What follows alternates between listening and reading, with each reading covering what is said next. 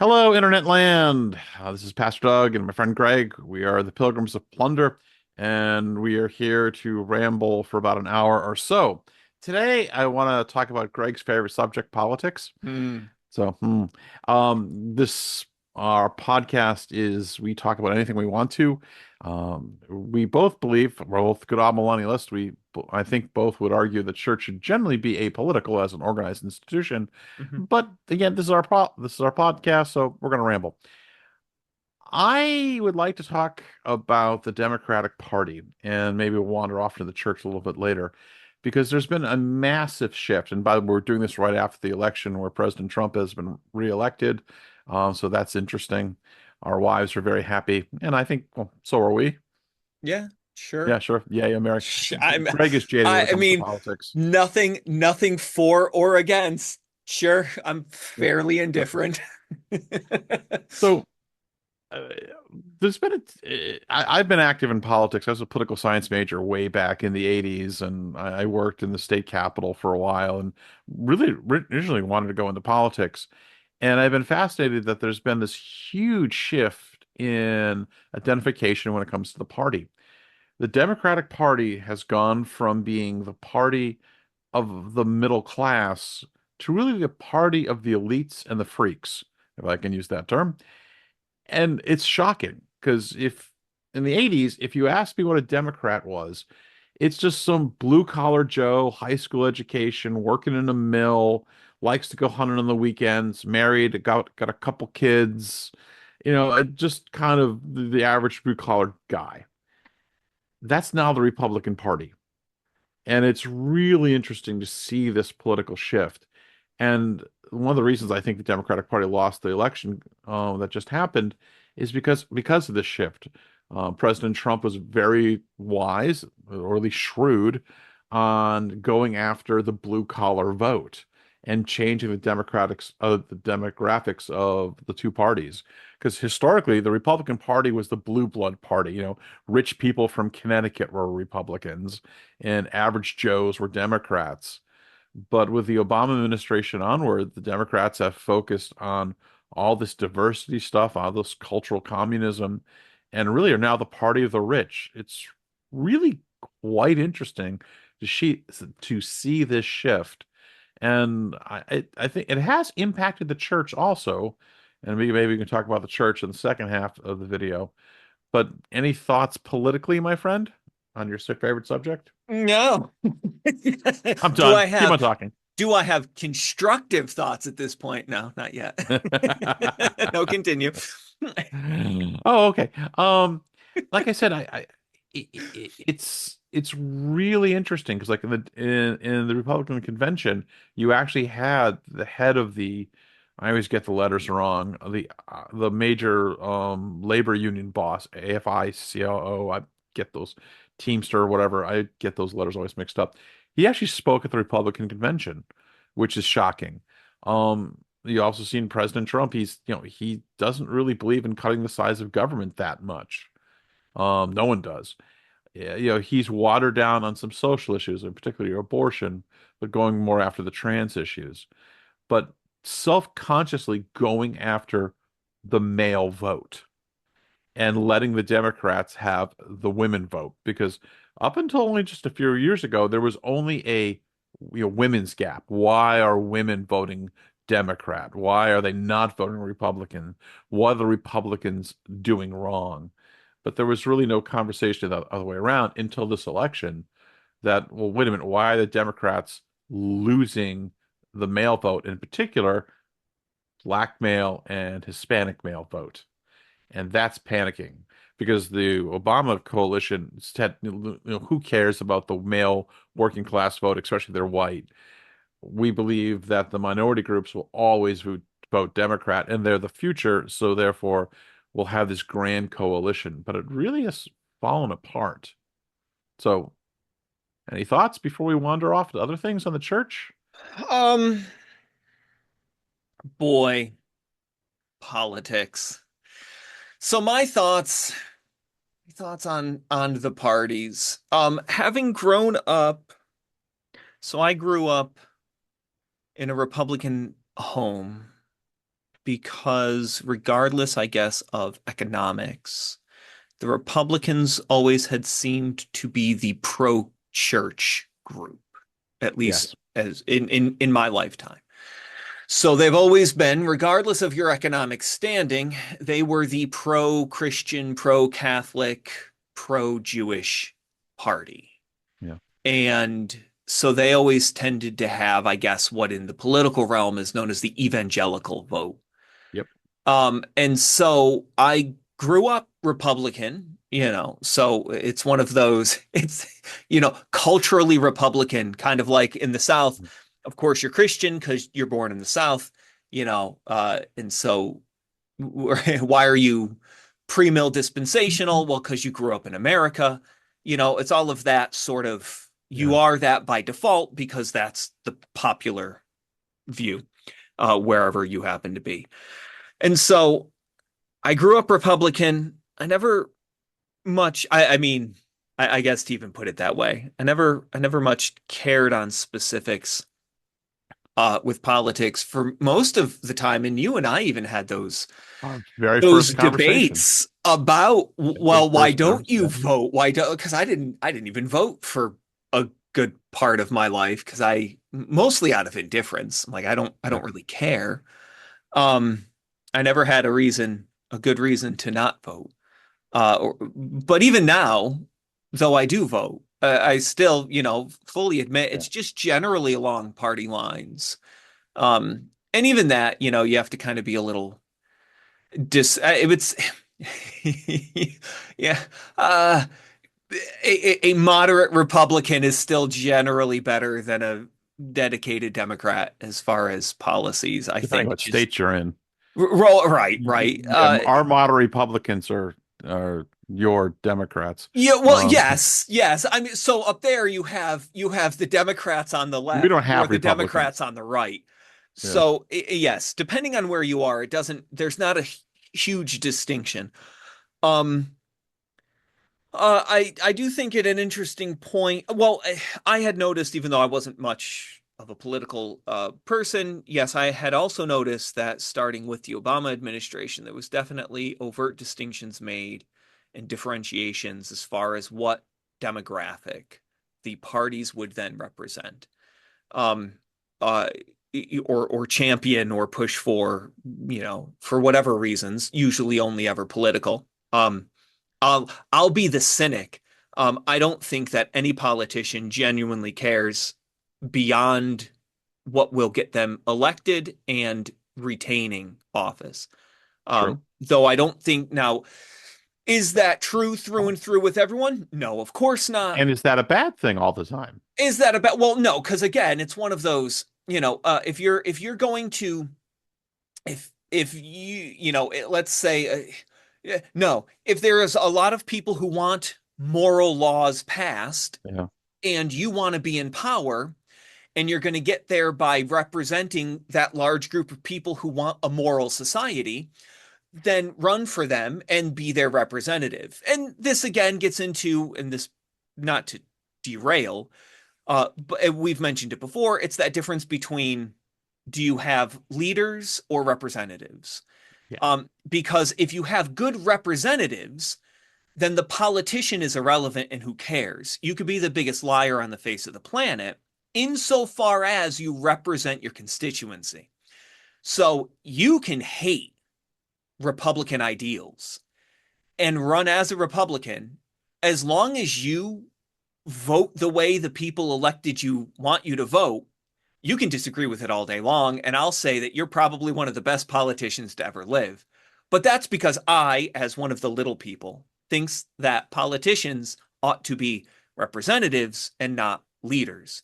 But And they that's think the exact opposite. and they think the exact opposite Every, because they're which leaders. makes sense. It's roll Right. through every poll I've ever seen. The people want they want them to represent the people, Right. and politicians say, no, no, they've elected me to be a good leader. To be a leader. Right. Yeah. Now, So, again, which makes where sense. you fall on that is ultimately irrelevant. And as Yeah. I point out, again, not to be in any way cynical, but to just sort of acknowledge the fact we all want something wonderfully cut, dry, black and white, and enforced. But in real life, none of that has happened or does happen. And really, before we segue into the church, as I point out, America didn't always exist, neither did its politics. And the politics as it exists now are nothing like what they used to be, certainly before the founding of Oh, the nation, at the founding of the nation, or even in this generation. good point there. But the church is still here. And when America's gone, the church will still be there. So, but Continue on with politics just for a moment, because but again, let's stay on politics. just I'm fine with just politics. for a moment, because Yes. I've always interesting chatting with you because I'm a generation older than you, Yep. and it's interesting because some of your biases and how you do things Hmm. is a generational thing, and Absolutely. I'm actually, I mean, I was born in the '60s. I'm the beginning of Gen X, but my parents were older Hmm. for compared to my friends, and my father served in World War II, so I really have a much Right. older mentality. Right. And the shift has been fascinating because, like, well, let me put it this way: do you know who the first president was in the 20th century to run as an evangelical? Jimmy No. Carter. Okay. Jimmy Carter was the Democrat Jimmy Carter, Yep. the one everyone disliked if you were a Republican in the 1980s. He was the first to run overtly as an evangelical and court the evangelical vote. Because that term evangelical became popular in the 1970s because of a Time magazine article, and it had the year of the evangelical, that conservative Christians were organizing, banding together. They were rejecting the mainline liberal denominations, and they realized there's a lot of them, especially down south. Yep. And originally, the Democrats made the play for them because it used to be up until only a few decades ago, both parties were home to very conservative Christians. I remember there was a strong pro-life element to the Democratic Party because they were Roman Catholics. Roman Right. Catholics were Democrat because Republicans were the WASPs, and Yep. Roman Catholics, they are liberal on government helping the poor, but very conservative on social issues. And so you had a lot of pro-life Democrats, but that's of course just completely shifted. I mean, Yeah. I don't think there's any. I mean, I don't. You could not be pro-life in the Democratic Party. Right. I mean, you can be still pro-abortion in the Democratic Party. I mean, the Republican Party. But again, that extreme movement of the Democratic Party, I like the phrase elites and freaks. We Hmm. are going to we are going to pander to the strangest elements of society and for those who are in power. And that's the exact opposite of what it historically was. And Hmm. I think it's a real shift. And that's why we're seeing, I think, this huge shift in the Republican Party, that it's now the blue collar Joe party. Because Hmm. all the pundits I've been listening to, very liberal ones are always saying, well, there's an educational shift. Those who are educated tend to be Democrat. I would Right. prefer the word indoctrinated, but Right. Right. Having a degree doesn't mean you have an education. oh, I will take a truck driver who's been married for 25 years that goes to church and has 5 kids than some crazy feminist with a gender studies degree from Right. Harvard. Right. Yeah, 100%. Yep. And we should do a whole thing on higher education because you have very strong opinions I on was that. gonna And say, I'm like, everybody knows my feelings on yeah, that but one. I still have romantic notions from the 19th century. So, Yes, like, I get it. I get it. And yes, so we do tend to be influenced by, I think, by the generations in which we grow up to an extent. Again, not to get into the debate of, that whole like nurture versus nature as if they're in opposition to one another, in so much as people have personalities and their strengths and weaknesses, and they respond to their environments. They are either encouraged or discouraged right. by their particular environments. So two people can come from the same backgrounds and have very different outlooks on life just because of who they are. I find it very easy to be anti higher education because, I mean, first of all, that's really it fits well with my personality, to be honest. Like, I Yes. always make that joke. I'm like, I wouldn't have survived growing up in Japan, where like you have to be the best of the best academically. I'm like, nope, I that would not have worked well for me. Um, So it works well personality wise, but also, because I, by the grace of God, am one of those people who has made it this far being who I am. And it's one of those things that your experiences also encourage your particular views that have been, if you will, successful. So I'm sure that people who have come a long way in life because of their education will thank God for their education and the opportunity, and they will point to all the blessings that God has bestowed upon them through the secondary causes and means of their education. Whereas for me, who is much more the bird than the ant, God has provided for me every day without labor or toil or store. Okay. And so I can also point to, well, look how the Lord has blessed me, someone who went to a Votech school and then went into the Sure. Navy and then just, Sure. got into manufacturing and then IT. I have no formal education or training or really any usable or useful certifications.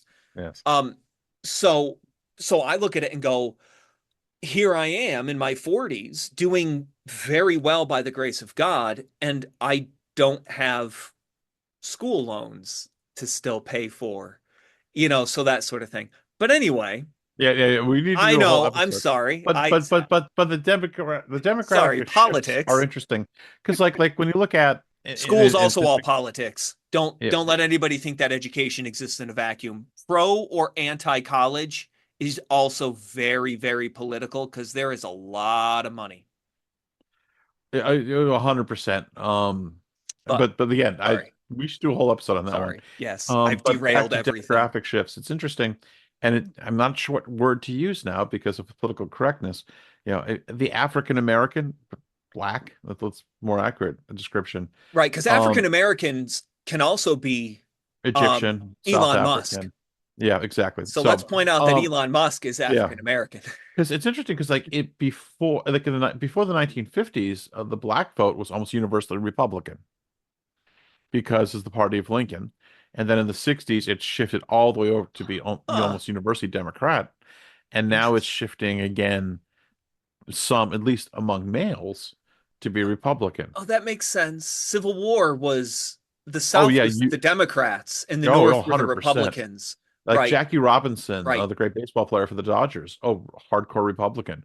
Oh, yeah. Oh, the first black senators were all Republican, party of Yep, Lincoln.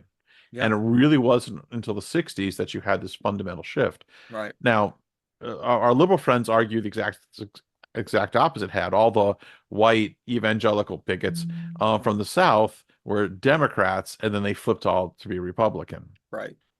So, unless you have the perfect balance and you're an evangelical from the North. Right. Yeah. So yeah, uh-huh. Yep. No, so one of the sort of interesting things even on that, and even just in our talking, like Yeah. the brief recapitulation of political history in the country. Yeah. Um, how like what vanity of vanities it Yeah. is to have a warlike allegiance to a political party. When you actually look at it, look how radically and drastically it has changed generation to generation, decade to Yeah. decade. And you look at how gung ho, like literally coming to blows, people get on the topics of political identity and how vain that is. Yeah. Because if, again, there is a complete abandonment of any history Yeah. because rather than, I don't know, to even say like, oh, I'm a Republican and I'll always be a Republican. And it's like, well, look at the history of the Republican Party. Yeah. Do you agree with the history of your party? Well, no, no one agrees with the history of their party. It's like it's the most ridiculously fickle, transient Yeah.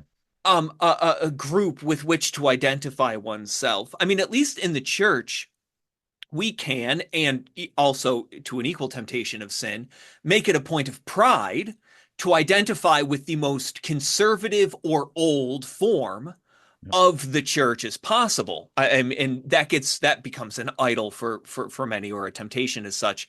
So there is that danger as well.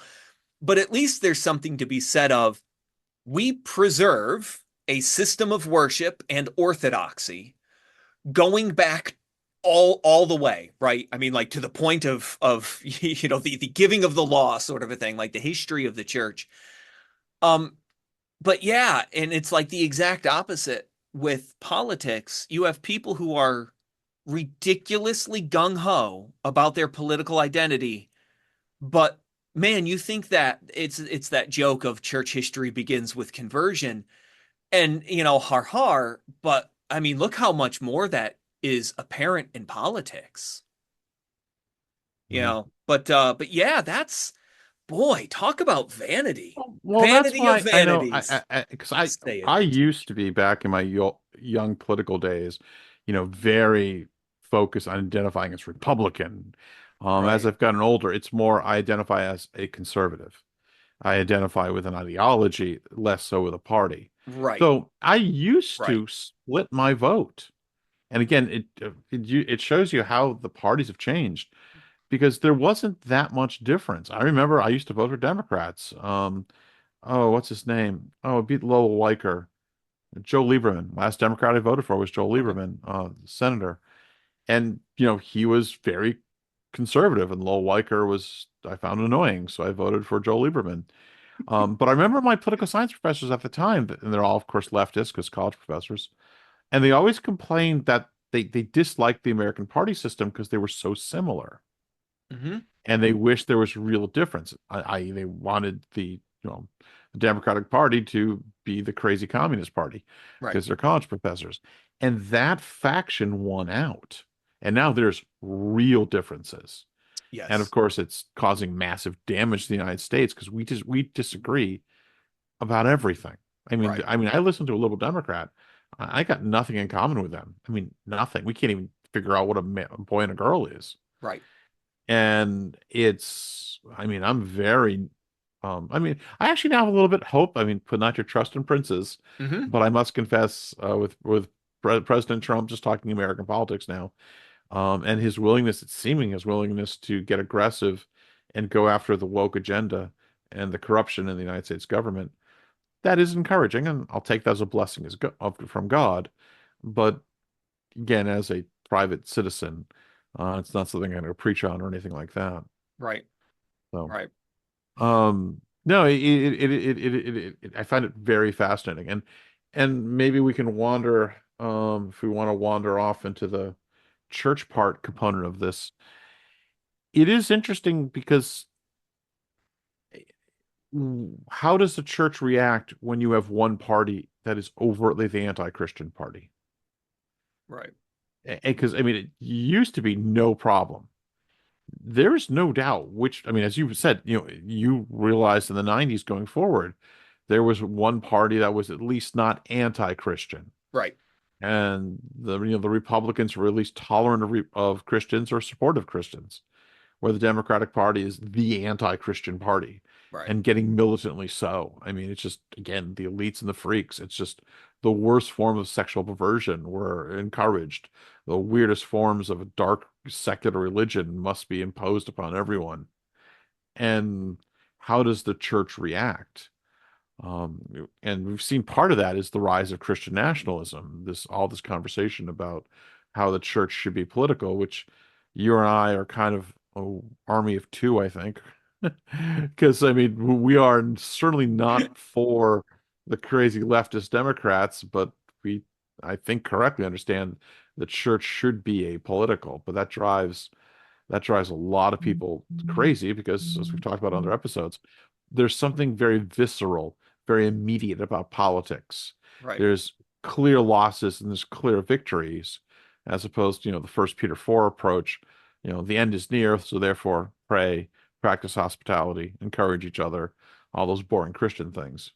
Right. Right. And a lot of it's that same sort of revelation that I had about political news. Where the the they're the same tactics used on both sides, except if you're on that side, you think that they're good tactics, and if Yeah. you're against Yeah. that side, you think they're petty tactics. And Yeah. so the like clickbait inflammatory, gaslighting headlines from MSNBC Yeah. are identical to the ones on the Daily Wire. It's just the target is different. They're both horrible human beings, and how they treat and view and speak about the other parties.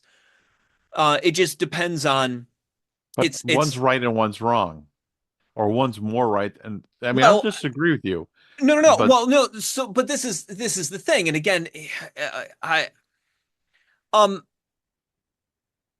they're both how to they're equally uncharitable. If nothing else, they both use the same rhetoric, the same language, because again, it's all marketing. It's how you get people to consume your content, and people like gladiator fights. Both the left and right want fights, and all news will give you fights, debates, or oh, just straight oh, up sure. brawls. And they, in my opinion, all news exists primarily to incite various It things. makes money, no doubt about it. Oh, it makes a lot of money. Just like boxing matches make a lot of money. We have been watching people beat and murder one another in formalized fashions for kind of ever. So this is nothing new. My issue, because I am going somewhere with it. My issue, as far as the church is concerned, is much like, so the right will complain that the left makes everything a moral issue. And the hypocrisy is that the right makes everything a moral issue. And so the Christian nationalist will make politics a moral issue. They reduce it down to the church body and the individual Christian are morally obligated to engage society politically in order to rectify civil and social immorality.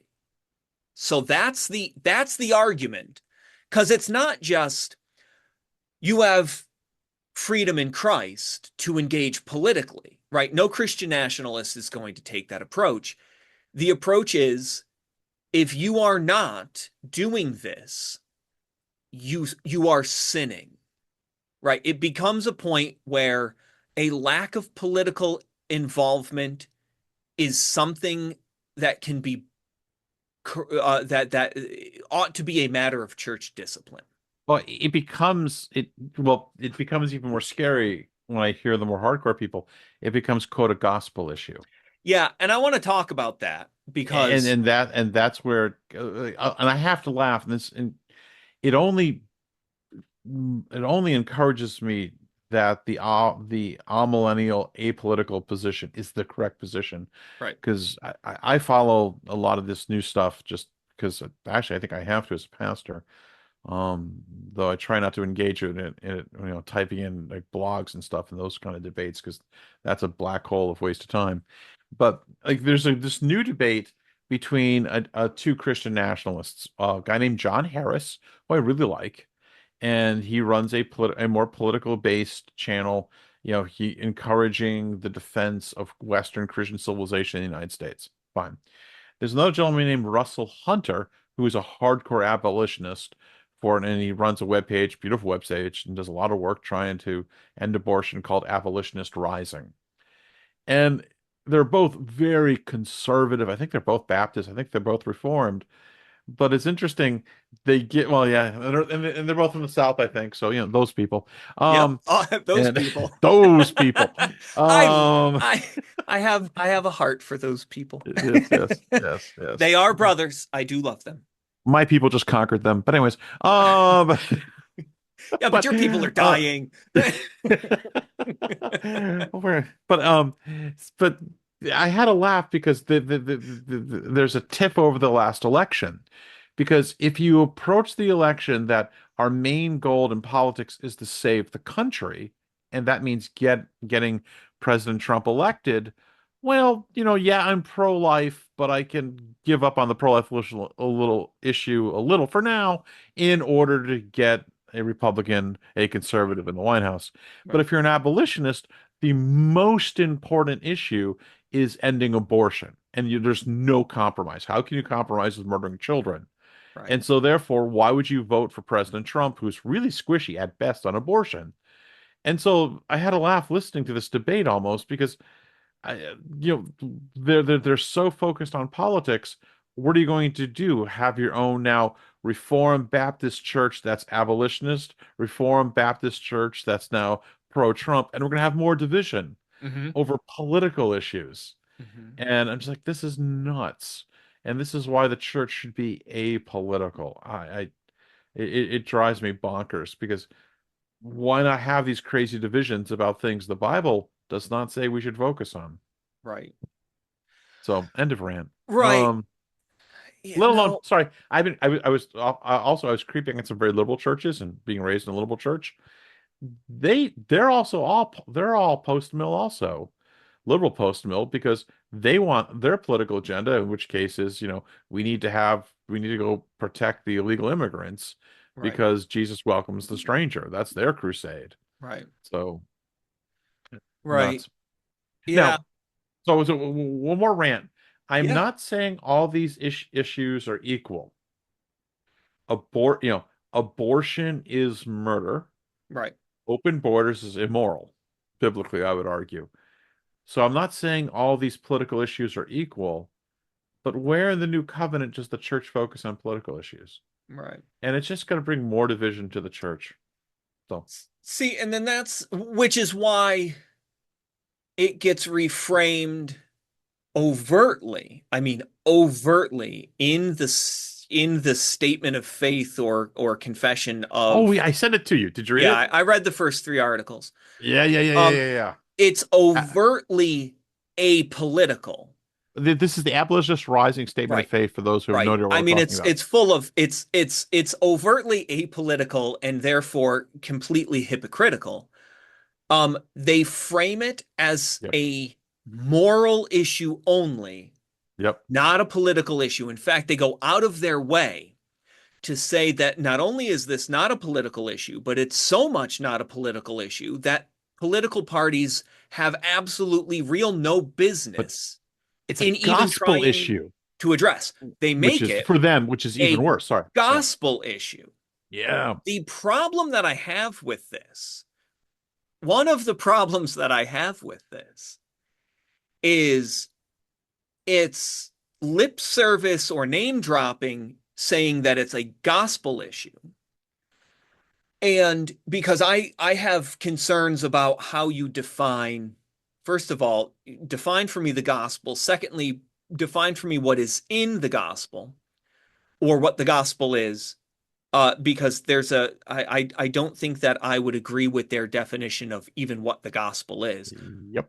But secondly, though they use the term gospel because it's a buzzword, and it's also an easy thing to keep amorphous in order to guilt people into doing Yep. things. In the first three articles, not once is the word faith used, but multiple places the word obedience is used. Yep. Yet again, they are concerned with enforcing and obeying the law. They are not concerned with proclaiming and having faith in the gospel. This is not a gospel issue. This is a law issue. These are not Christians. These are legalists. Now, of course, they are Christians. I don't question their salvation, but they're not proclaiming the gospel. They are proclaiming the law.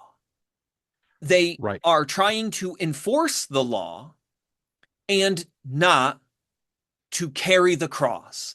This goes back to, again, that matter of, we further the church by carrying the wooden cross, not by bearing an iron sword. for Right. example. Um, but that's my biggest issue, is that Oh, they are perverting yeah. the gospel by saying their Yeah. political social agenda Yep. Yep. is a gospel issue. Because if you are not anti-abortion, and if abortion is a gospel issue, then you're not a Christian, apparently. I mean, again, if you reject the core tenets of the Christian faith, you're not a Christian, right? If you Yeah. deny the Trinity, you're not a Christian. Yeah. If you're trying to now tell me that murder But is a matter of Christianity, yeah. I mean, again, and I know that it gets all squeamish because you never want to say, obviously, and I'm not saying that, of course, murder is a clear violation of God's moral law, 100%, right? Like it's right there, obviously. Um, it comes after, as I always kind of like to point out, it comes after the fifth commandment, which is about Right. rebellion, which none of the Christian nationalists seem to have a problem with. Um, Right. Right. but it Well, also, regardless, those are both second table. yeah. First table is matters of worship and who God is. And yet you don't have crusades against the indoctrination of children unto paganism, but you have crusades about the murder of the unborn, Yep. because abortion is a political issue Yep. and paganism is not. And one of the lines that they made in their little statement is that the church shouldn't be directed by the political, the political culture at the time. But I laugh and I'm like, but you don't realize that that's exactly Yeah. what you're doing. You're Yeah. only crusading against abortion because it's a political issue. Nobody's crusading against divorce because divorce isn't a political issue. You're not crusading against the indoctrination of children into paganism and atheism because that's not a political Yeah. issue. People Yep. only Yep. care Yep. about the definition of marriage because it's political. They don't care about the destruction of marriage through Yep. divorce because that's not political. These people are hypocrites and getting to the point of being outright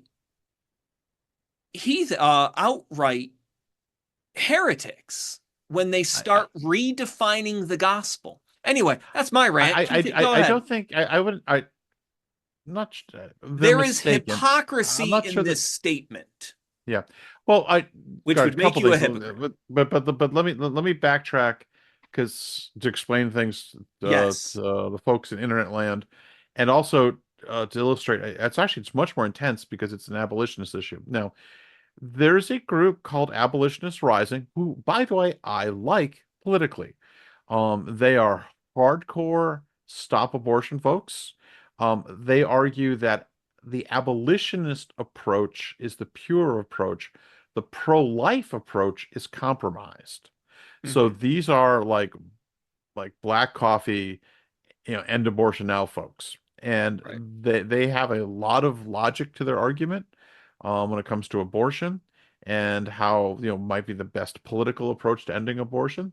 They actually argue that it's not about trying to save as many lives as possible. It's about abolishing abortion, and that includes criminalizing it. That Sure. includes, by the way, having women who engage in abortion face justice Right. because they want to have justice for the unborn. And Right. they think the pro-life movement is completely compromised, way too wimpy.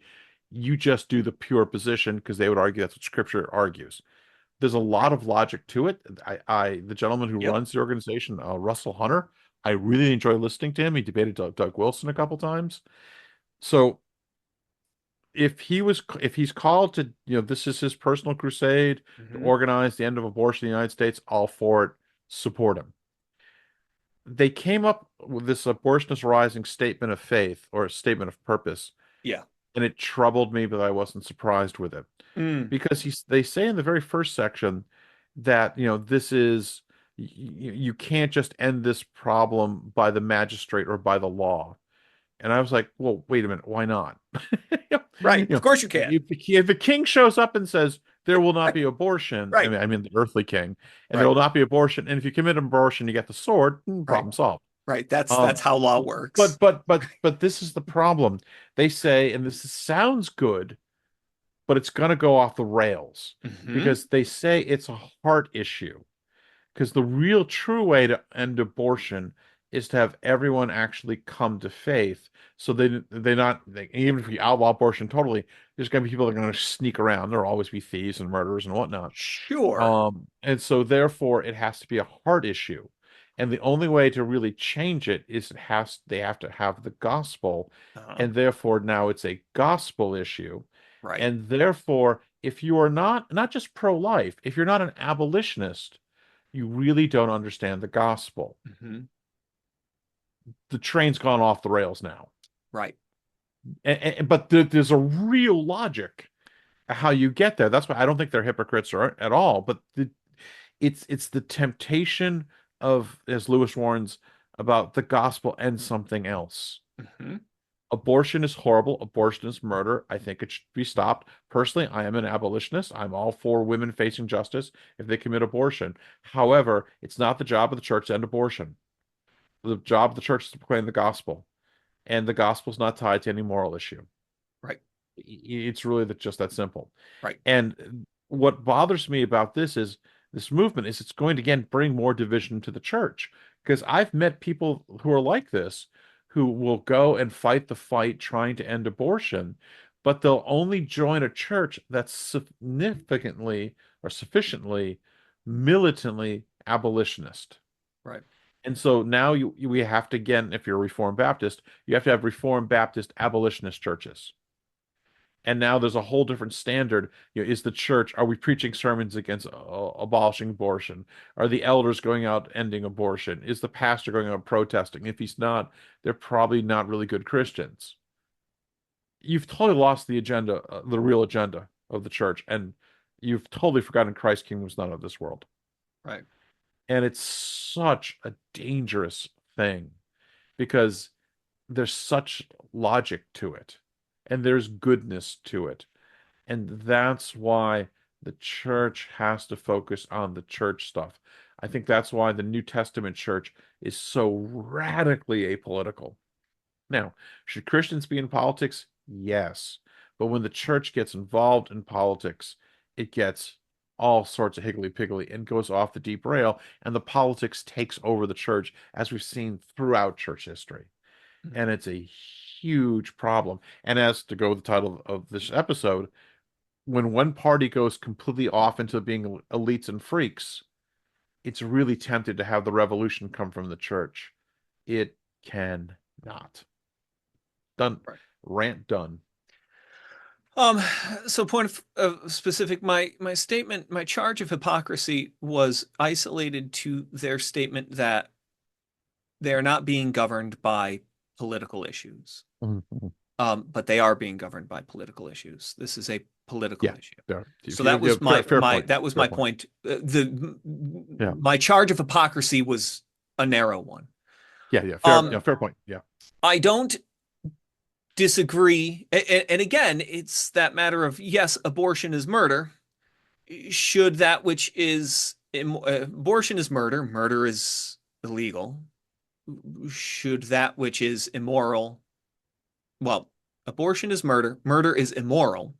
Shouldn't all those things which are immoral therefore be illegal? Right? Is that logic? I have no uh Yeah. Yeah. generally have no problem with that. You run into issues with that purist logic when you try to impose that upon civil society because idolatry is immoral. So shouldn't idolatry be illegal?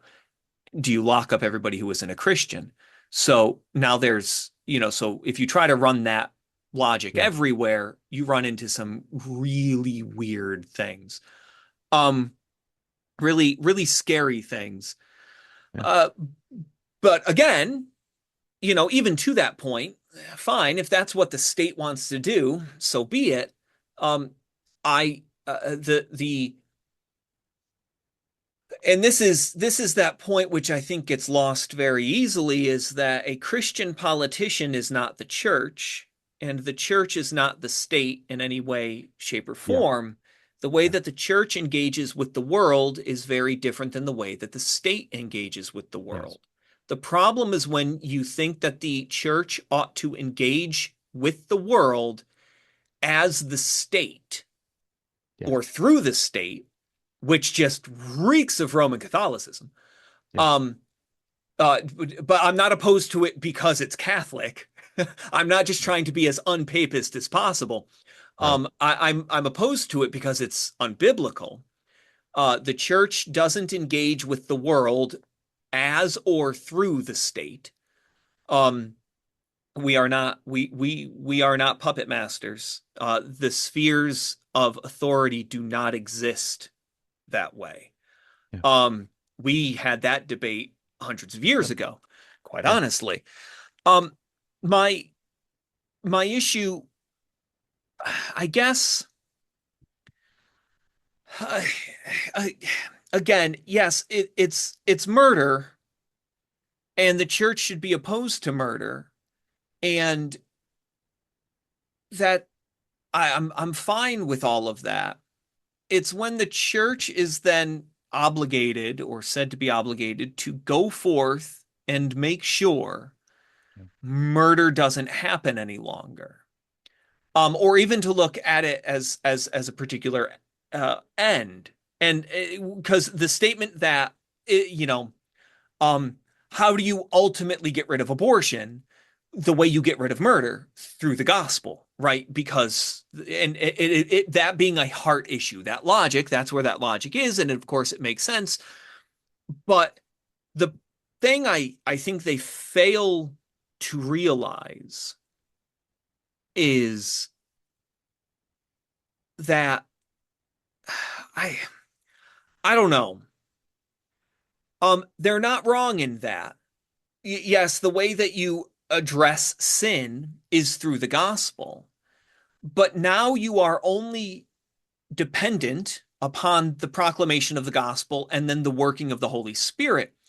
I think my problem is that they are taking the truth of the gospel and they're weaponizing it literally and politically and God forbid actually literally weaponizing the furthering of the gospel um because rather it being the proclamation of the church to repent and believe, be forgiven, they're trying to through human means uh integrate it into the civil state and take the outcome of the gospel and make it by law, but it's all getting blurred, Well, which means you the water it the down and you detract the from it. political crusade becomes the gospel, or at the very Yes, least, the gospel gets pushed back. right.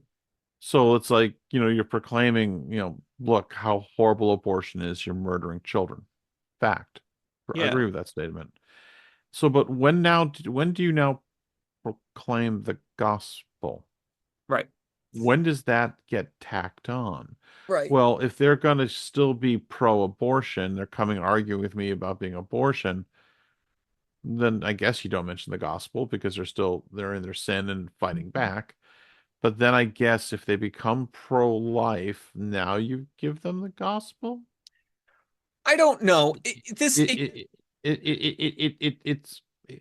it it's one of the great. We're going through the Book of Acts on a Tuesday morning Bible study, looking at how the early church proclaimed the gospel. The gospel becomes the lead. Again, repeating myself. That C.S. Lewis warning: if it's the gospel plus something else, you don't have the gospel. Right, right, And again, if you are, I'd be very impressed by someone who is hardcore abolitionist, not just pro-life, but right, abolitionist. And they were like leading the crusade to end abortion. Awesome. And they have the time and the resources to do that. right. And, they're being salt and light to this world. Awesome. Great. And when they have opportunity to proclaim the gospel, sure. But I'd be very impressed with that person if they went to a church and that church's focus wasn't ending abortion. Right.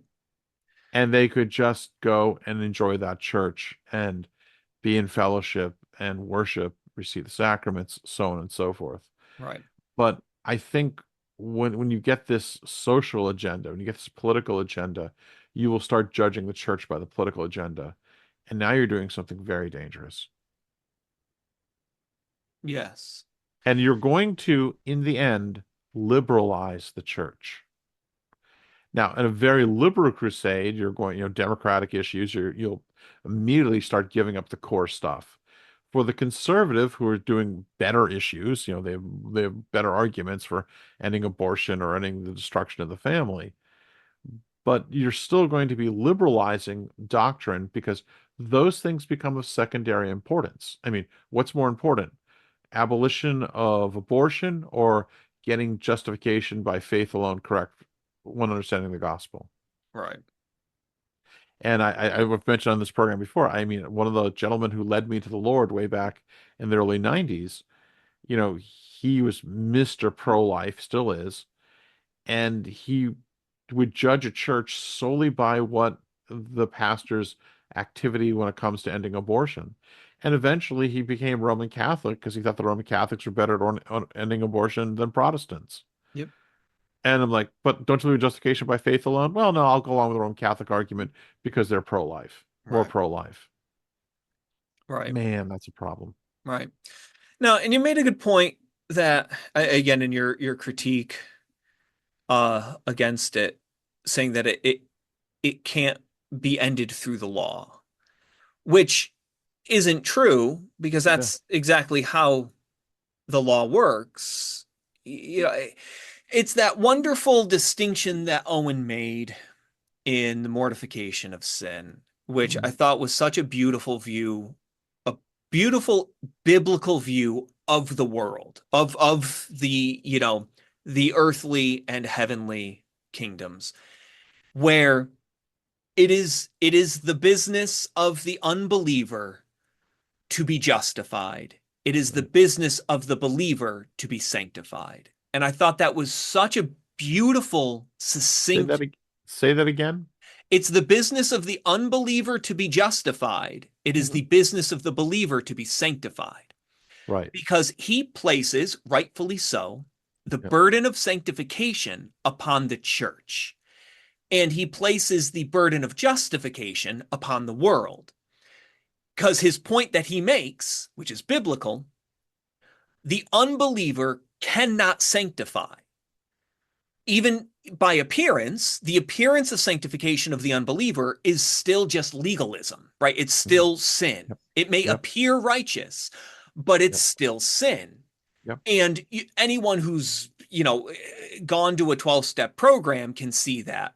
Here are unbelievers who are improving their lives, but they're all still unbelievers, right? So, though they have accomplished good things, and good things are good, they're still going to perish in their sins. And Yes. so, his point being is that since sanctification is only by and through and from the Holy Spirit, Yep. unbelievers cannot sanctify and ought not, therefore, be burdened with sanctification. He, of course, goes in and says he's not speaking against the first use of the law, Yep. but the first use of the law isn't sanctifying, it's restraining. Yep. And so I'm all for Yep.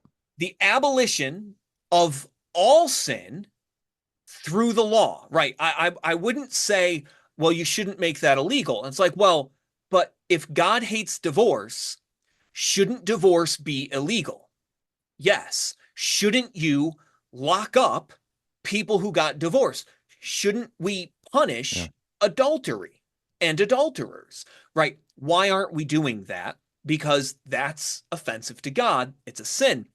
Now, and I guess, and to your point, and where this really falls apart with the perversion of the gospel, is it's not a gospel issue insofar as, and I think maybe they're just well-meaning, though it's very poorly worded or poorly executed.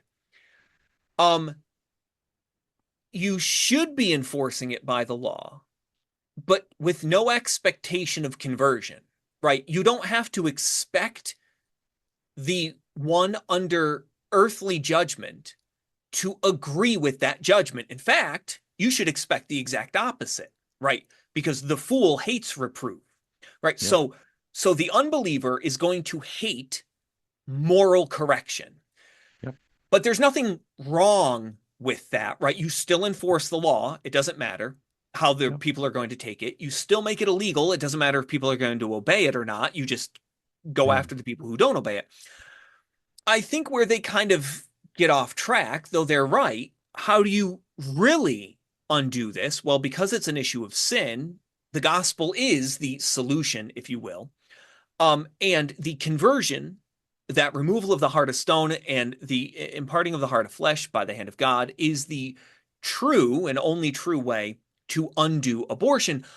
However, Yeah. the problem is that it's super post-mill partial Well, preterism, because it assumes that you can achieve this in this life. What they fail to realize is that even the greatest of saints is still the most wretched of sinners. And it is not until we are in glory in the kingdom of heaven that we will truly be without sin. no. The gospel doesn't perfect in this life anyone. Our perfection is in heaven. And so, Well, yeah. yes, you should proclaim the gospel. And if you are called to be an evangelist to the politicians, go forth and evangelize that mission field. There is much labor and very few workers. But you can't engage it as a, I thought of something. semi-Pelagianist Well, if I could post-mill. jump in, Yeah, go I ahead. thought of something because it's not, I said you just take care of it legally, you can. It's also, it's not a gospel issue, it's a political heart issue, and those are different things. Like, for instance, we've solved the slavery problem. I mean, name me True. one person who's abdicating to return black people to slavery. Right. Or at least publicly. Oh, no, no, no. Right. Even I'm sure privately, they exist. I mean, well, I mean, we can find Nazis this day and age, but Oh I yeah. mean, Well, but there actually are Nazi parties in but Eastern here's my Europe. point. But yes. We in the 19th century into the late 20th century have able to change people's hearts on that issue, Sure. where everyone agrees. But therefore, they all believe in the gospel now? Right. No. No. Yeah, yeah, and so that if we change their hearts and they all become pro-life, that's not necessarily from the gospel. Correct. Now, because I mean, because you can be you could be a Christian, maybe not for long, but you could be a Christian and be pro-abortion. Sure. Just like the gentleman who created Amazing Grace, Newton, Right. John Newton. I always want to say He was Isaac Newton, which is why I didn't say. I'm like, I think it's Newton, but all I can think is Isaac uh, Newton, and I know that's yeah, not right. the maker of excellent fig cakes. But anyways, um he Yes. he was a slave ship captain. Yep. He came to faith and then remained a slave ship captain for a while. Yep. Now, slowly the gospel worked in there. Yep. Sanctification worked in him. He's like, this is insane. And he actually became a abolitionist for slavery Right. later in his life, Right. wonderfully showing the grace of God. Mm-hmm. But when he first came to faith in Christ and was still a slave ship captain, was he a Christian? Yes, of course. Yeah. Yeah. So when I say a Christian could be pro-abortion, I'm not encouraging abortion. Christians who are pro-abortion should repent of that. But once you start making any political issue or even moral issue an aspect of the Christian faith, you have a problem. Mm-hmm. Now, again, if you continue in your immoral rebellion, then I will question whether you were saved or justified in the first place. But man, justification, it's not by works, it's by faith alone. Right. So, yes. And like I pointed out, there is no faith language in that statement. I didn't notice that. That's there's a lot of obedience. They lead with, this is a gospel issue, but then they follow it up with obedience. Now, I'm all for obeying the moral law. Christians Amen. ought to obey the law Yep. of God.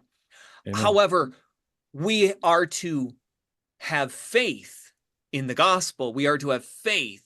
And that was something that wasn't noted at all. And again, because try as they might or want to make it a gospel issue, purely or partially, it doesn't work, right? Faith, it's sad to say, but from that worldview, faith doesn't accomplish anything, obedience does. And I get that again, it's also a political issue. There's this pushback against the lawlessness of the secular society. Oh, look, the heathens are lawless. Well, duh. But the call ought to be to repent and believe, not obey the moral law. Now, I'm very pro law. There are laws, they should be enforced. Good laws should be passed and good laws should be enforced, and you ought to obey. That's by definition what a civil society is. And God is not a God of chaos.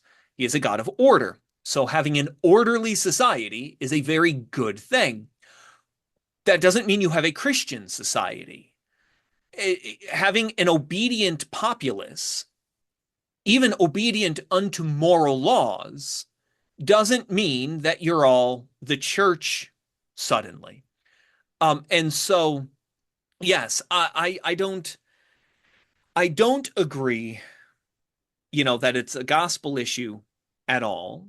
I think Well, that, to your point, if you are so called as an individual to go forth on the yeah. abolitionist path and change society, rock on, that's not bad. But that's your calling, just as you as a pastor are so called, and I am not a pastor. I'm not sinning by not being a pastor. You would Right. be if you stopped. And so that Christian liberty must be taken into account because you are doing the gospel work Yep. very differently than I do or would by Yep. our vocation. Uh, and so it's one of those, I think the abolitionists and Christian nationalists need to be aware of that truth as well. Just because they have a particular calling Yep. doesn't make it an obligation for everyone else around them. And for the church. Right. Well, because Church they is the are church. they Yeah. are that means of the church, though. And this is that thing. You Yeah. have the members of the body. The Yeah. church ought to be evangelical, Yep. but the church ought not to, but every member of the church ought not to be equally so. Yep. And so, which is why I use that, the mission field analogy. If you are called to the politicians to evangelize them, politicians are people too. They need the gospel as well. Then go forth and do so. Do so with training, education, and support of a congregation, the way any missionary or evangelist would. But don't turn around and say, like, we would laugh if somebody went into their local congregation and said, I am called to Uganda. Therefore, all of you should be going to Yeah. Uganda as well. Like everyone would be like, that's insane. Well, And why yeah, and why don't we also, do that with yeah. this? Yeah. Oh, no, yeah, but it's easy to do that. And we've gone a little bit Yeah, over. we're over. I know. But the Ranting. also it's the again post mill, the Dominionist, the Theonomist folks. It's an interesting catch. You saw that there is a weakening of faith, and of course that's one of the major critiques of the federal vision. They to some level blur faith and works. Mm-hmm. And because if you want to go and conquer the world, even evangelism, let's get the numbers and we'll do evangelism wrong. Yep. That faith alone thing becomes a problematic thing. Right, So, it does. Because much like in our last one, why does fascism rise up? yeah, Because of that statement that, well, democracy failed us, right? yeah, Democracy was slow, it was inefficient, it gave way to too much freedom and liberty, and the heart of man is evil, therefore he became communist. yeah, Therefore, the correction is fascism. It's the same thing here. If we just proclaim the gospel, that leaves too much wiggle room for sinners to remain sinners, for evil men to not repent and to Yep. remain in their sin. So we need to take a more hard-lined approach Yep. and follow through the proclamation of the gospel with an enforcement of the law. Yeah. And it's this weird, I mean, it's heresy at that point. But yeah, it's you look and you're like, faith alone isn't accomplishing our ends. So it can't be faith alone anymore because faith alone is inefficient, in appearances ineffectual, Yeah. right? All of these things, even and I love, what a glorious statement it was that in the book of Acts you had, you know, and the Spirit went forth and 3,000 souls were saved that day. I mean, like, we don't have revivals like that or reformations like that anymore. But think about it. What's 3,000 people to 3 million or 30 million? I Yeah. mean, like, it's a big number when you look at the number saved. But in light of the population of the world, even in that day, 3,000 people's nothing, right? It accomplished all. The Holy Spirit, he accomplished all that he set out to accomplish. It's a minuscule number comparatively, right? So even in its glory, the proclamation and spread of the gospel had very low returns numerically, like in the grand scheme of world population, because again, narrow is the way, narrow is the gate and straight is the way, and few there are who find it. Um, but anyway, yeah. It's that idolatry of numbers, even Yep. even in the political realm.